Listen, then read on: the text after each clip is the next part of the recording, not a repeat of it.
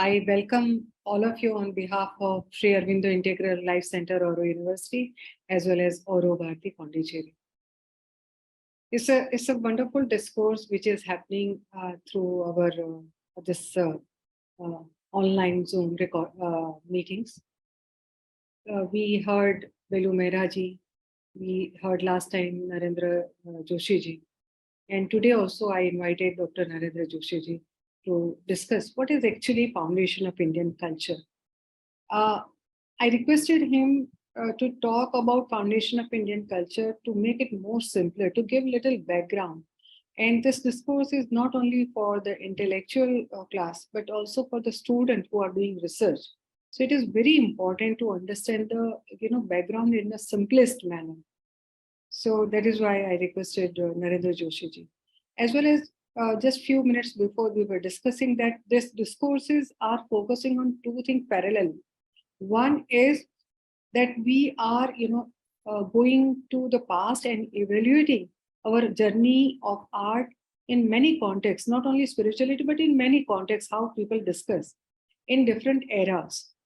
And the impact of those eras, on our art. As well as we are going through that present journey of our, and we are putting together and evaluating our modern era also, that how art depicts ourselves or our consciousness.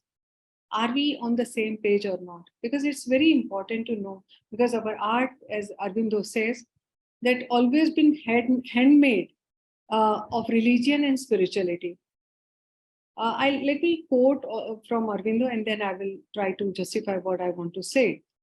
He says that Indian art has always been a handmaid of religion and spirituality, and supreme function of art in India has been to reveal the divine through forms of beauty, rather than to express the artist's individuality or to give pleasure to the senses. It is this spiritual quality that sets Indian apart and gives its unique power to uplift and transform the consciousness of the viewer. So our search, our discussion leads to our inner search, and find out whether what Sri Aurobindo wants to communicate here, are we on the same page or not? It is very important, because we have never done art for art's sake. We always try to find out ourselves, and we communicate our consciousness through art and art forms.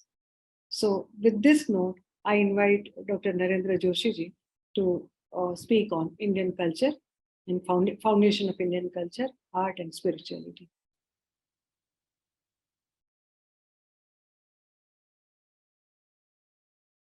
Namaste. Yeah, am I audible? Yeah. Am I audible? Can I speak? Okay. Yes, please. Okay. So, thank you so much for this wonderful introduction. I will try to sort of put my point of views in this very important topic. And Kiranji told me that you also take into this journey how Indian culture as a whole and India and her, of which art is a component, how we can see that in totality, and in a simpler way, how to understand it so that layman also can understand. And sort of, I mean, that's why Indian culture and its basic tenets have been the idea today. So I'd like to go to my presentation. I hope it is visible on the screen. Let me just show this to you. I have titled it as India, her mission, her culture, and key ideas governing her life and arts. Because as Sri Aurobindo himself says, what is culture basically? There are many definitions we are going to see, simple definitions to understand it, because it is often overused or sometimes just very casually used word culture. But how these great stalwarts are trying to understand this very word, that can be very interesting. And how it is one of the definition he says is it is life governed by ideas. That is what is culture. And what do you mean by life governed by ideas? The ideas which are very central to that particular race, that nation's soul's expression, those ideas are the key ideas. And they are expressed in all its creative expressions, including arts. So from that point, we are trying to see. Uh, I I would like to start with Swami Vivekananda's ideas about what is India and her mission, and how he sees Indian culture. And during our introductory talk, Kiranji was mentioning that you can also briefly mention how India has been surviving in spite of so many attacks and vicissitudes, and so much of opposition has been there, and yet we are there. So Swami Vivekananda has said in one of the very beautiful his utterances, he says, and I quote, that each nation has a destiny to fulfill. Each nation has a note to play in the march of the nations. Each nation has to give a message to the entire world, he says. And therefore, from the very beginning, being Indians, what is our duty is to understand what is this great nation has mission, what mission India is trying to fulfill, what message she is trying to deliver since ages, what note India is trying to play in this march of nations. Because each nation is going to play its own note, and it's so unique. And if they play all of them their own notes, the harmony of the entire world will be great. There is no point in mimicking each other and trying to compare with each other. He also says in one place that I do not see the future, nor do I care to see. But one thing is very clear in my mind, that this ancient motherland of ours is sitting on her throne, and she will be more glorious than ever before. So he has been very positive about India's destiny and her future. And what is this history of India? What is the history of Indian life? What do I mean by Indian culture and its journey through the millenniums? To put it very simply, it is nothing but struggle for the realization of the ideal of Vedanta through good or bad fortune. So from the beginning of this, India had this idea that we need to fulfill this and realize this ideal of Vedanta. And she has been doing that incessantly. Many other nations gave up that ideal. They changed, but India has still sticking to that. And that is something great. Through good or bad fortunes, she has gone through so many upheavals.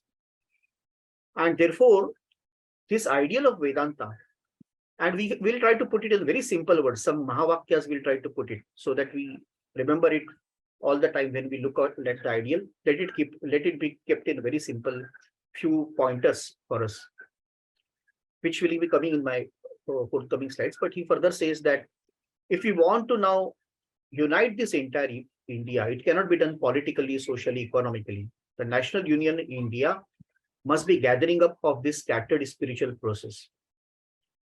A nation in India must be the union of those whose hearts beat to the same spiritual tune. He often says that Adhyatma Bharat ka prana swar hai. तो भारत की एकता, अखंडता, अक्षुण्णता और कुछ नहीं, सबके हृदय का एक साथ ही इस अध्यात्म स्वर से स्पंदन होना है. That all hearts should beat to that same spiritual tune. That is what India's unity in real sense is. And as I said, he further says that she's awakening. It's very positive thing he talks about India and her future. From her deep, long sleep, none can desist her anymore. Never is she going to sleep anymore. No outward power can hold her back. For the infinite giant is rising. That's what he's talking. He has talked profusely about it. We can go on speaking about what he spoke about India. But this is just a brief few ideas, he says. Similarly, Sri Aurobindo, if you look at Sri Aurobindo's ideas also about India and Indian culture, they also are so inspiring to us. We, of course, here there are many people who have studied Sri Aurobindo in detail, but still I am tempted to give few lines from his entire great vision about India. He says, I say that it is the Sanatan Dharma which is for us nationalism. This Hindu nation was born with Sanatan Dharma. With it, it moves and with it grows. And when Sanatan Dharma declines, then the nation declines. And if Sanatan Dharma were capable of perishing, with the Sanatan Dharma, it would perish. So for India, nationalism, national unity, all that thing, what we say, religion, art, architecture, everything what you can speak about, ultimately is that same spiritual tune to which our heartbeat should beat. It is that same Sanatan Dharma with which we are going to rise. So I think that is the central point. Similarly, many other things he has talked. I mean, another big topic we will discuss. But this race is not going to be perished. It will never. It is immortal. In one place, I read very beautiful quote that in the pursuit of immortality and infinity, this nation has itself become immortal. Its culture has become immortal because all the time we are thinking of immortality, amaratva, anantatva. So in that pursuit, this culture has also got this, it has become immortal in a sense. It's not never going to perish. Similar quote by Swamiji also, I remember when he said, "Shall India die?" And at the end of the quote, he says, "Such a thing can never be. It will never die." In one of his Chicago speeches, Swami Vivekananda says that, that is his quote, but I'm just quoting here, that sect after sect arose when and seemed that this religion of Vedas will never become the same again. Sect after sect arose and seemed that the religion of Vedas is never going to come back, he says, but only for a while. And after this tumult of rush was over, all these external impacts, differences were sucked in, absorbed, and assimilated in the immense body of Mother Faith. So this is the concept of India, to suck, absorb, assimilate every possible difference, every possible, you can say, even opposition. Fierce opposition was also absorbed, assimilated in the immense body of Mother Faith. That's how she is mother of all. So, I mean, one of the best quote I can say, because there are many quotes here, but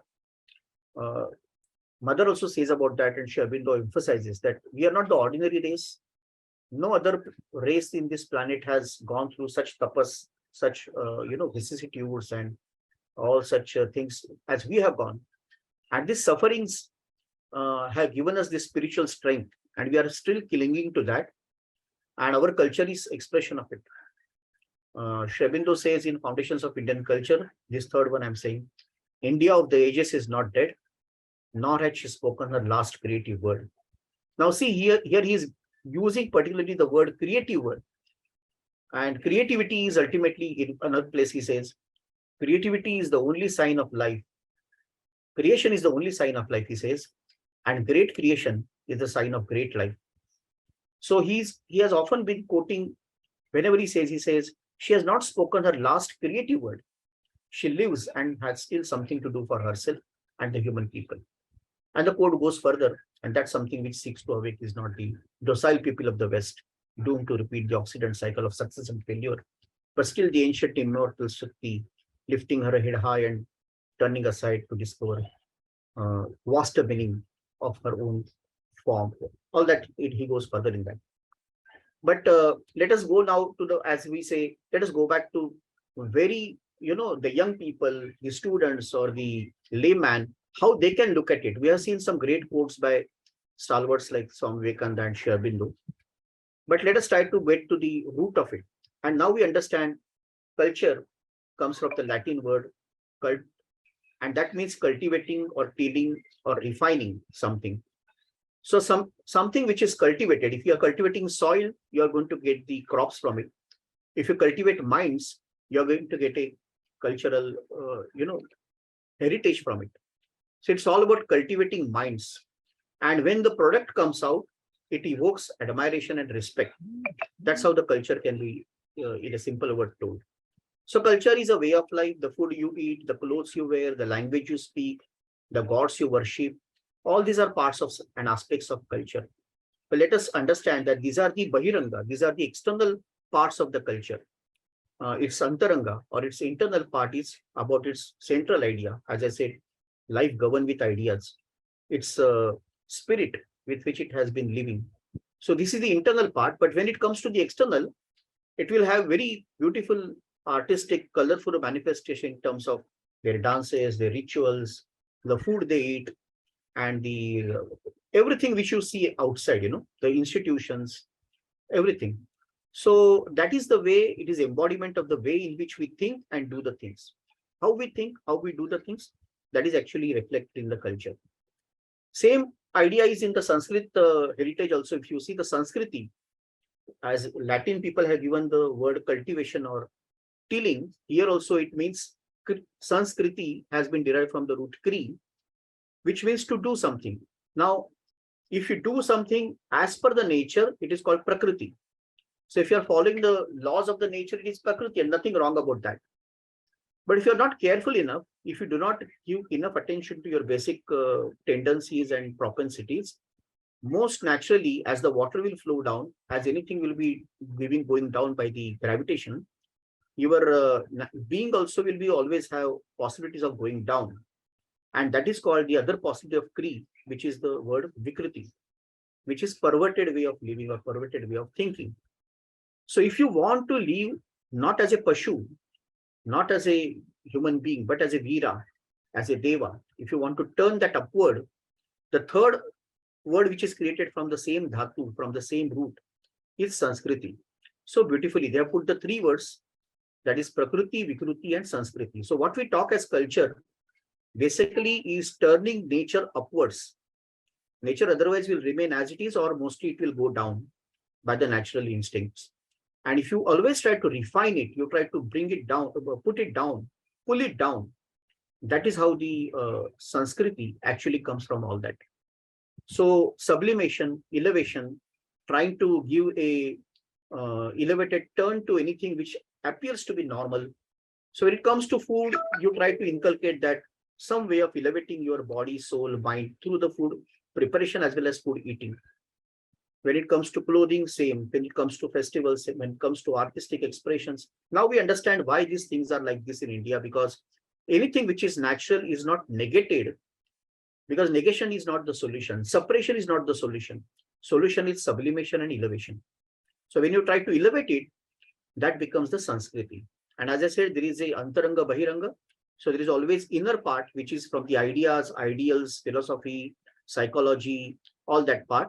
And then there is external part, which will be all your institutions, organizations, systems, rituals, religion. Religion also will come outside, because inside journey will come from the spiritual part. So all that things externally are you are actually Antaranga and Bahiranga, as I said. There is external part of the culture, internal part of culture. That's why life governed with ideas, not all the ideas. Sri Aurobindo says those ideas which are central to that particular race. And it's all about Manomai Kosha. It's not about just Annamai. It's not about physical things you can think. Because what happens many times people say your culture is our culture is degenerating. But whether it is talking at the physical level or mental or the deeper levels, that should be checked. So it's more about external forms can go on changing, whether the internal spirit and the mind is able to duplicate itself in those changed circumstances also. Eternal values for the changing society, as Swami Ranganathan puts in his lecture series. So society is always going to be external part and changing, but the internal values should remain as they are inside. So that's why, and one of the definitions now, Sri Aurobindo's I can give, apart from the two I said, culture is consciousness of life or the ideas governing life. But the third one, which I like more, is comes again from FIC, it comes in Foundation of Indian Culture. It says that true happiness is the right terrestrial goal of every human being. And he further says, but the true happiness lies in the harmony of head, heart, and hand. What is civilization about? Civilization is all about making institutions, organizations, systems which can preserve this key. And culture is all about finding this key, to find out what this key can be, the key to harmony of head, hand, and heart. It is so comprehensive. I found in this one particular quote by Sri Aurobindo, we can get entire description of what we are discussing. And often opposite of culture, some sort of, you can say perversity or some sort of dissatisfaction, schizophrenic societies and human beings, you will find the first sign is lack of harmony in hand, heart, and head. So hand is trying to do something, heart is not with that, heart is thinking and emoting something else, and head is thinking completely different from that. So when these three things are thinking you can say different things, obviously there is going to be, you can say, degeneration of culture. So culture is all about finding this key, preserving this key, finding out expressions in their literature, art, architecture, music, paintings, sculptures, so that this key can be always perpetuated, expressed, and taught to the people from the young to the old. And civilization is to create systems, institutions, organizations which will allow maintenance, preservation, and protection of this, what is produced by the culture. So culture is actually inventing, finding out, discovering, and then trying to put it in words, colors, forms, all that part. And civilization is supposed to be creating systems which will be perpetuating it, protecting it, and educating it for all. So that is, I think that's very beautiful way of summarizing what we are trying here. And what are the central ideas of India? Let us take very brief account of it in the limited time. So, and these are the Mahavakyas, these are the star sentences of Indian culture. And as we now know, culture is nothing but life governed with the key ideas, and it's the consciousness of this. That's why let us take very briefly. I will try to go through them. Of course, most of you know it, but still just to get us a summary of it. Ishavasyam idam sarvam. This line from Ishavasya Upanishad, it's certainly putting entire understanding of India. Whatever is seen, unseen, visible, invisible, living, non-living, tangible, intangible, thinkable, unthinkable, all that is pervaded by God, Ishvara. God is within everything, God is everything, God is behind everything, God is above everything, God is around everything. Nothing is other than that. So that great concept of India, that everything is Brahman, Sarvam Khaluidam Brahmasi, the parallel line. But the further line of this shloka is very beautiful. Ishavasyam idam sarvam yatkincha jagatyam jagat tena tyaktena bhunjitha ma gridhak kasya svidhanam. That's why you can enjoy it only when you renounce it. Renunciation and service are twin ideals of India, Swami Vivekananda says. Intensify in these two channels and rest will take care of itself. There are two key ideas of India.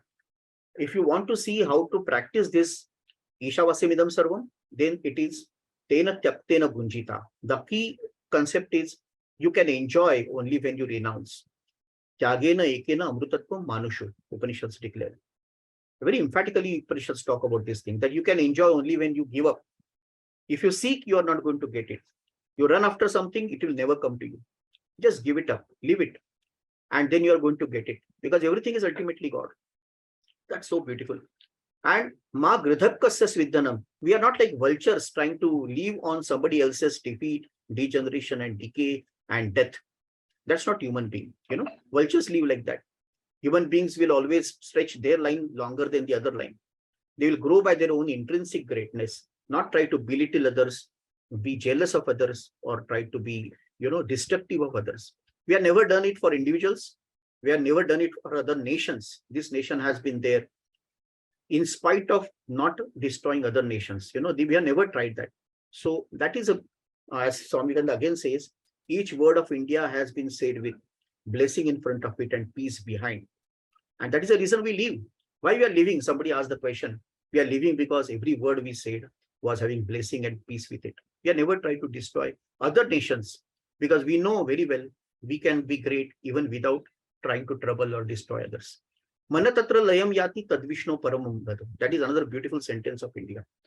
If you want to reach there, what is the way? Because we are not simply telling philosophy. We have got the process to go there. We are going to make Shastra of everything. So they say to go there, to get the Vishnu's pada, you need to first calm down your mind. And that is what yoga is about. So Manatatra layam yati, you have to become from mind to no mind.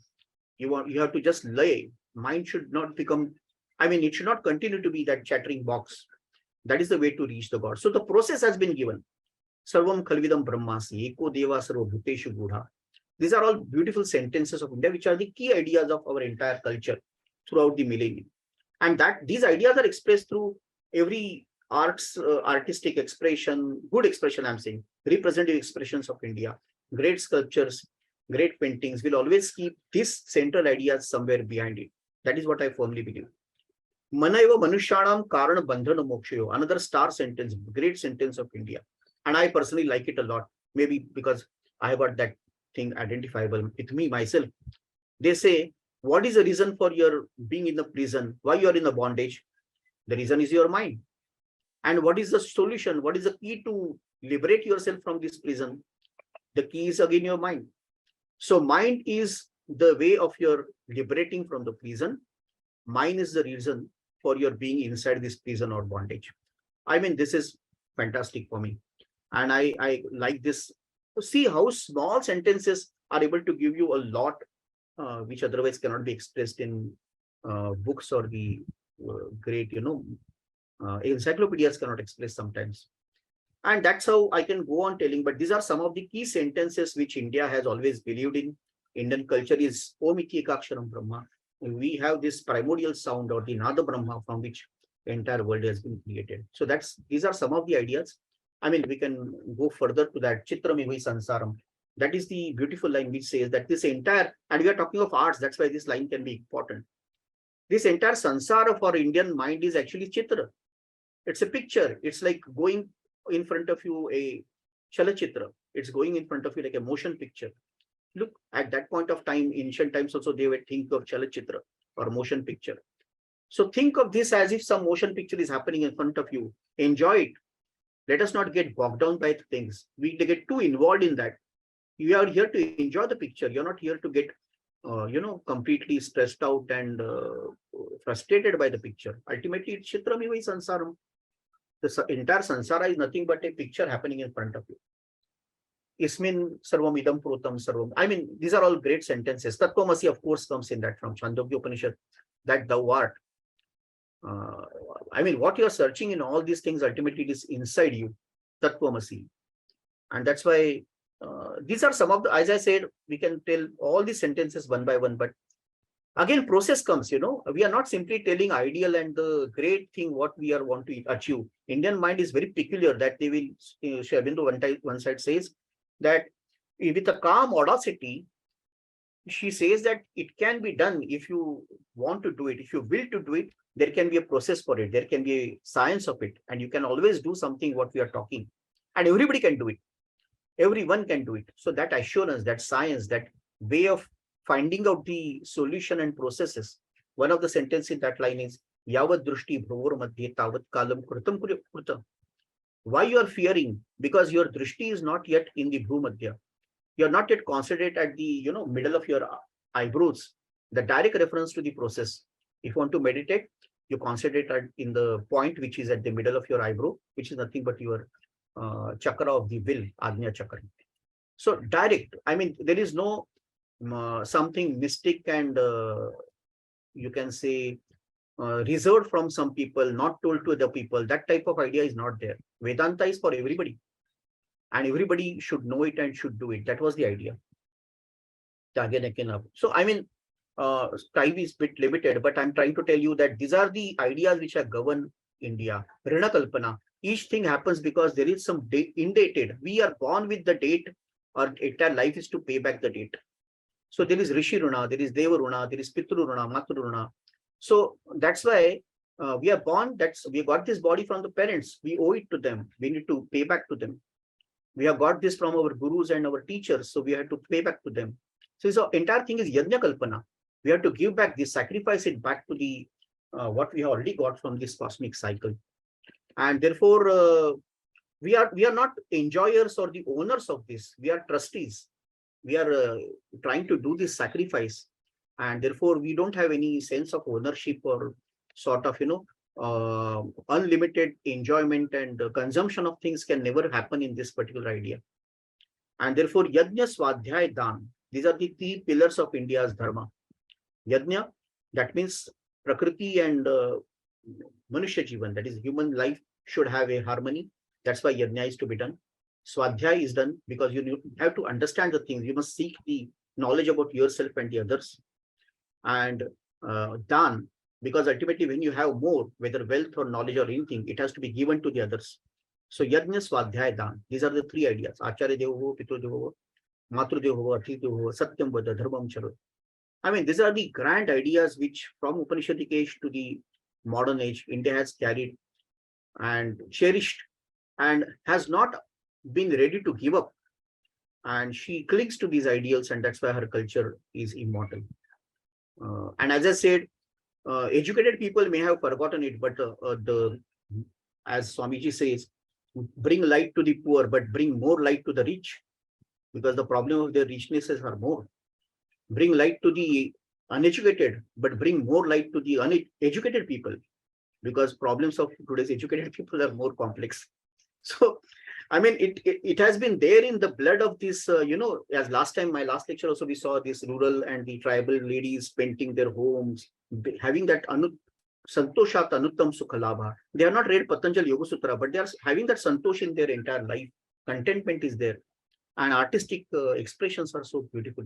So these are some of the things which ultimately got summarized in Bhagavad Gita or other great text of India. Entire life has been based on four Purusharthas, Dharma, Artha, Kama, Moksha. And it is all about Hritasya Pantha. As all planets or stars are going through their own cycle of righteousness, they always follow. So human beings and their societies also are supposed to do that.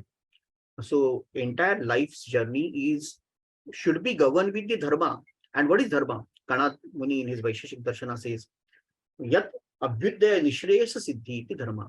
That which will ensure material prosperity as well as spiritual emancipation. That is what is dharma. So it is not about just ringing bells and offering flowers, and that is a ritual part of it. But both internal and external controlling nature and creating resources and creating wealth for all, for the welfare of all. That is what we are. And then when this dharma is governing artha and kama, the two great energies of human life, which, as I said, they are the prakriti. In the initial part, we said there is a prakriti, there is a nature. The very natural tendency is to go by dharma and artha and kama. So you can't suppress it, you cannot negate it. The only way is to put it under the bracket of dharma, sublimate it, elevate it, and try to make them a marga to your liberation, moksha. So that's how Indian entire idea is. I think possibly that's how we can understand. Now, there was a little bit, I will just take another 5 minutes and then I will put it up to you all people for discussion, because I don't want to take all the time myself. But I will just briefly tell, as Madam was telling, how I got into this after my engineering background of all my things. Means I was totally from the manufacturing side and all. But when I read Swami Vivekananda's thoughts, very small, his quotations and all, I got something, very much I can say, I felt that this is what has got much to be learned and done, and I should give some time for this, some years for this. And that's how I got trained in Kanyakumari, and then my posting was in Arunachal Pradesh and Assam, and I got a very rare opportunity to work in that area. And that's why India's most tribal region I could see, mountains and rivers, and the most turbulent also, because when we were working there, it was all full of insurgency and the problems and everything was there. So on one side, these are the issues, and then they say there was a slogan, lack of culture is lack of identity. So I was wondering, what is this slogan about? Where is this identity coming? Where is this culture coming? And who can tell more about this subject?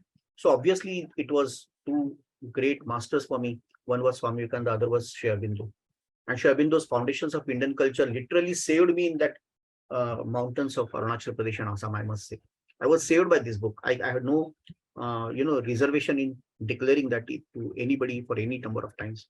I remember many times I was crossing Brahmaputra with one jholi on my shoulder, sometimes going and waiting for when there was a landslide here, this, that, there. So many experiences interesting experiences. One of our office was in the basement, and when there was heavy monsoon, the entire office was filled with water. So funny things, but very interesting things happened. But we stick there because we thought there is some problem here and we are here to learn about it, solve it. And we don't know whether we are here to solve their problems or we are here to get our solutions, because we think they need our help, but actually we need their help. We require what we have missed in our urban life and the so-called modern life, colonial life, has been still preserved by these great people, rural people, tribal people. They don't know how Indian culture is preserved by them. But when you see this Ishavasyam Idam Sarvam and Manayo, Karana Bandhana Moksho in their life, and this is not only my observation, Gandhiji went there during the Congress when Adhiveshan was there, and he observed the same thing. He has written that why we are here to teach these people what to do, what not to do. These people are living Indian culture. They are all the time they are doing that, and let us not bring to them. That's why these Hind Swaraj, Gram Swaraj ideas came from his books. So he said, there is a Pokhari, That means there is a small talab, and then there is a paddy field which gives the rice. Pukri will give the water. Pukri means a small lake or pond. And then there are fish. So a Bengali or Assami person will be start. I mean, it's enough for him to start dancing and singing. And singing and art is such a spontaneous way to do things. Enough. No, there is a rice, there is fish, and there is water. What more you want in life? And then they will start decorating their homes. They will start painting in everything like that. So that's why he says that we don't have to teach them. Same expression. I felt same thing, because I said, who are we to teach them something? And we are teaching them something like CBSE and all this syllabus. I mean, we have to rethink on this, and we started rethinking. Are we doing correct, or we are actually doing wrong? Because they are coming up with their own beautiful ideas, and we are simply under the impact of uniformity. We want to crush all of these unknowingly or knowingly. So foundations of Indian culture literally gave me that, I can say oxygen it was.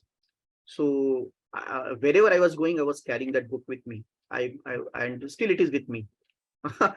It is just I keep it because I don't know. I'm not able to read it. I can say I have not understood it to the extent a person, it should be 100% understood, but people like us may be understanding it quite less as compared to what Master has said. But one thing I can say that even one page, one quote, or one, just like I said, true happiness is the right terrestrial aim of every human being. True happiness lies in harmony of hand, head, and head. I mean, that is what these tribal people were. What they were doing with the hand was same in their heart, the same in their head. There was no problem. There was no mismatch. And we were struggling on all three fronts, finding out what to do with hand, what to do with head, what to do with heart. So that's what culture is all about. And my journey was there, as I said. And today people say visualization, this and that. But last time also I mentioned it. When we were really perplexed with the problems, because you see, one more point just I want to mention and stop here, that we are quite stereotyping sometimes culture. We say culture means there should be some great temples with the sculptures in it. There must be some, different deities, and we must have this, that. Then there must be absolute ban on certain things. For example, polygamy or polyandry should be banned because we are cultural. Non-veg should be banned. Befitting should be banned. But when you work in these such areas, every such stereotyping is challenged. And then you realize that culture is much deeper than all these things, because they are the expressions of particular time and circumstances. But the true culture, the true spirit is yet an undercurrent which is below this. And when there is absence of all these things, and yet you find that they are still living the Indian culture, that is, I think, the big lessons which are for all of us, that let us not cling to the forms, let us not cling to the external things. Let us not try to divide each other by such small, small petty things that you eat this, I eat this, or I wear this and you wear this. These are all bahiranga. These are all the external formats of culture. Inside it, what flows in all of us is India, Indian culture. It is there in our blood and veins and our every expression and our every breathing. It's as Sriaurobindo says, wherever you go, you carry India as a stamp with you. You should carry that and put in every your word and expression, it should be there imprinted. That's the spirit which we want to take. I think that's the learning I also got. I would like to stop because I should not go on speaking and take time from other people who are so wonderfully educated in all this. But this is little thing which I wanted to say. And yeah, I mean, this is how the whole thing comes. I think I will stop here, and maybe Beluji or Kiranji and other people can speak into this. Yeah, thank you, Narendra ji. Thank you so much. It's a beautiful, very, with the help of Mahavakya, you dive very deep into that, and you explain so beautifully in a very simplistic manner. It reminds me the Sikshavalli, where a few words, Dharmam Chara, Satyam Vada. So it comes like it is so small words, but it changes the course of your life. True. So I think, say with Mahavakya, the way you describe, Dharayate iti dharma. So dharma is not like, so simply, but it is so profound that we live that dharma. It is not like in a very narrow form, if somebody understands. So these all Mahavakya, the way you explain, it is required nowadays much more, because people just use quote here and there and without understanding, and they interpret it in a very different manner. So again, today's I really appreciate the effort, and I can see that passion in explaining also. So it is wonderful session today. Thank you so much. Thank you. Thank you. I open this platform again for the discussion. I would really appreciate if you bring out your own, interpretation here, and make more intense session. Thank you so much. Please.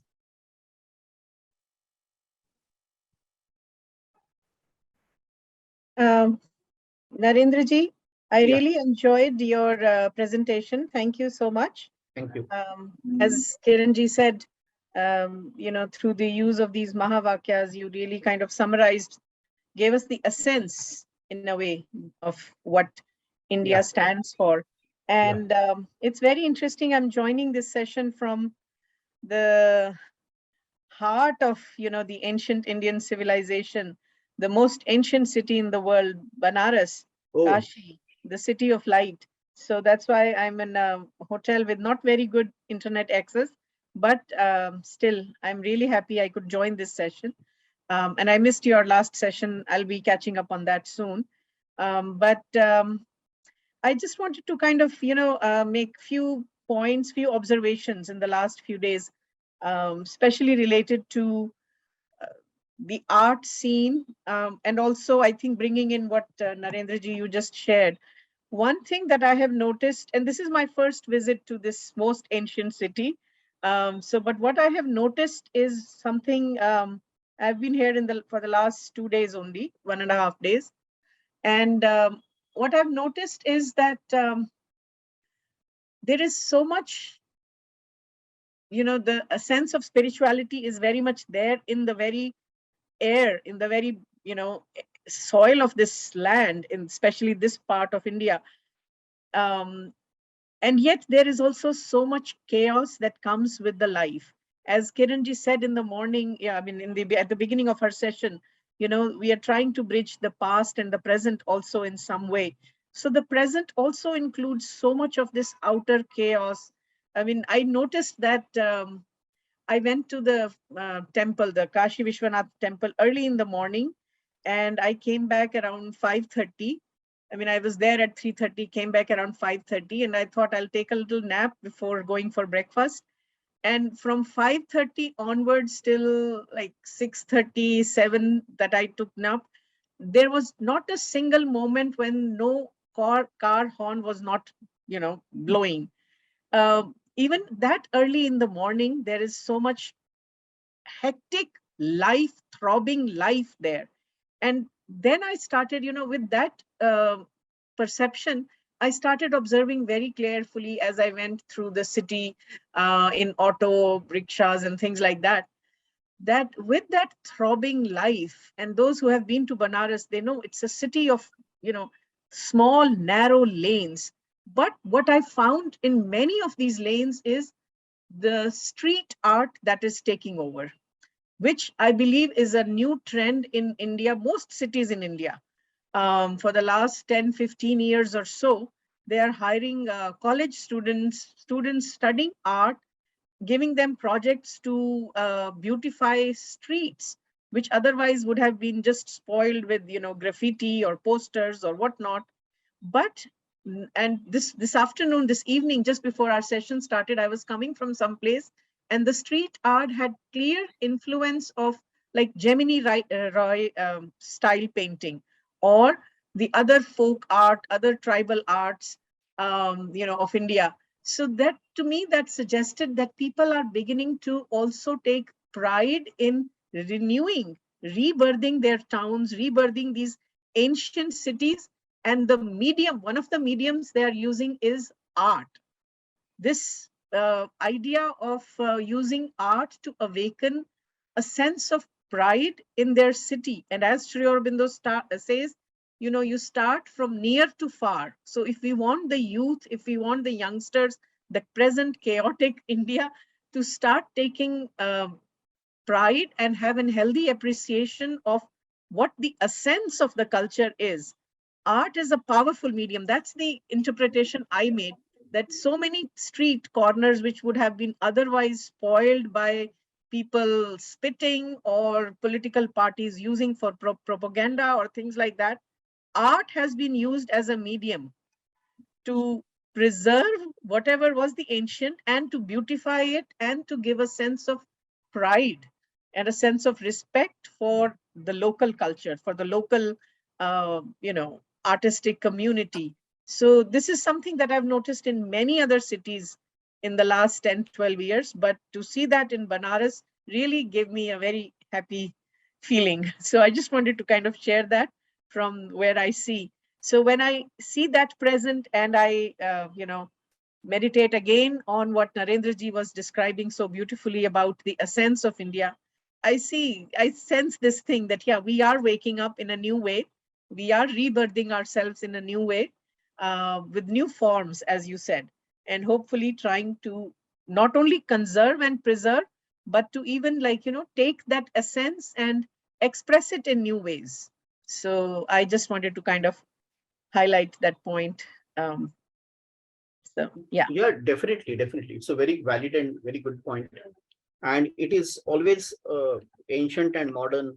And people by instinct, I think they are able to bring it to the today's world and able to bring it in a very novel form sometimes. Mm. And that's very interesting to see how they have brought it there.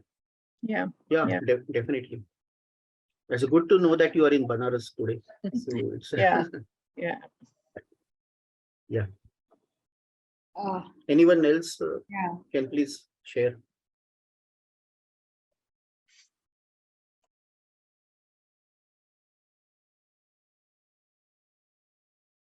I think Acha, recordings are available. Nitinji, recordings are available on YouTube video if you just Google. I would request Satyaji to, paste it previous day recording here on chat box so that everybody can, if they cannot go and Google, they can see from here. They can take link from here. So I just read Nitinji's message and I'm responding to that message. I think anybody, Ashima ji, Juhika ji, and Bindu ji, I can see names here. So if you want to share. Otherwise, Belu ji. Acha. Belu ji has, being in Banaras, it tempted me a lot because it is life and death, both you can see together. And wherever there is river, which is very alive, it makes you quite rooted. So that kind of experience you get. I don't know now how it looks, but when I saw Banaras long back, almost 10 years back, and the beautiful thing is that each and every person who is staying there, nearby that ghats, they know thoroughly what Banaras is. So it happened to me that I visited Bhartendu Bhavan. I don't know whether any of you know about Bhartendu. He was a poet, a writer, critic, and Hindi literature's essayist, and I mean, from old to young generation, they were knowing what is Bhartendu Bhavan and why he was so popular. So it is like, it is in their blood. They know everything in detail. That's so beautiful thing, which, you can see in Banaras people also. Yeah. The rootedness is very much there. And I've been here just 1.5 days, but I'm sensing that.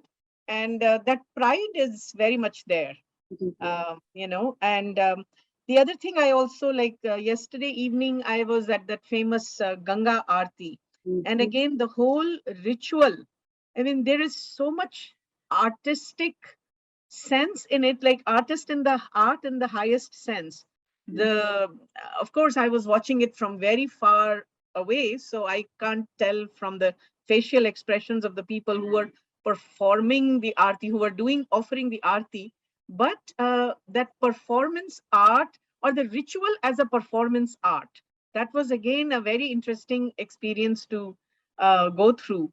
That and it took me back to what we started off in our first session with the Vedic origins of Indian art, where the yagna, the outer act of yagna, Narendra ji was talking about the inner yagna, as the basis of Indian culture, but the outer act of yagna, which art critics like E.V. Hevel and even Anand Kumar Swami speak of as the earliest expression of art, ritual as our earliest expression of art. So it again was a very interesting visual reminder, the details with which every aspect of the aarti is performed, what goes after next. And there is symbolism in every act of that ritual. So again, the connection between art and I'll be sharing some little pictures and videos that I took in our WhatsApp group. So it will be, more visual rather than just me talking. So that was very much a part of the experience. So yeah. And it's really nice that we are still preserving that in India, even though the ritual of Ganga Aarti, the way it is done, is very new. It's just few decades old, but the spirit is still very old. Yeah. The spirit is ancient, eternal. Mm. So, yeah. Just one more thing, I don't know whether you could notice or not. We are talking about the influence of West on our, culture, on our influence on our art, literature, and everything. But Banaras is the place where West get influenced by our Indian culture.